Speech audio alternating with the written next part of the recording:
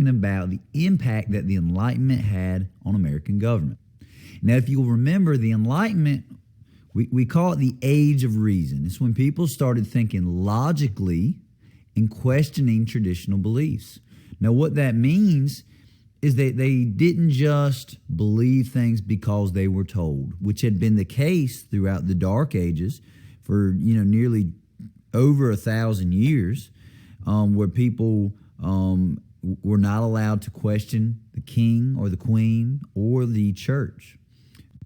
The first of these was John Locke. John Locke's important. He really influenced Thomas Jefferson. When Thomas Jefferson wrote the Declaration of Independence, he took a lot of Locke's ideas.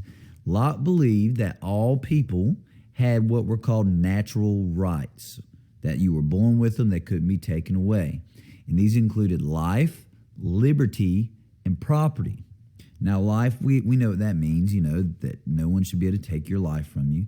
Liberty means your free will. You should be able to do as you choose. But the final one's a little more complicated, property.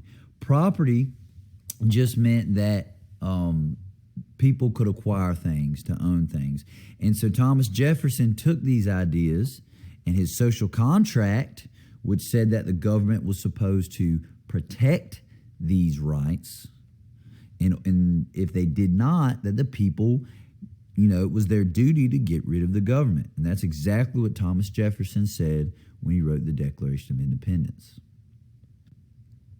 The next one is Montesquieu. And Montesquieu's major contribution was he believed in the separation of powers.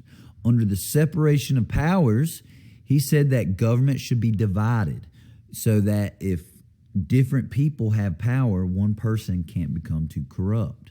And this was going to be seen in our Constitution with our three branches of government: the legislative branch, executive branch, and judicial branch. The third philosopher is a guy named Voltaire. Voltaire was known for being really outspoken, and he was a firm believer in freedom of speech and freedom of religion. Now, as a result of all this stuff going on in Europe, people starting to think differently, you'll see the English Bill of Rights. It was passed almost 100 years before ours, and it influenced ours, and it was really important because it limited the monarchy, which, if you remember, is the king and queen in England.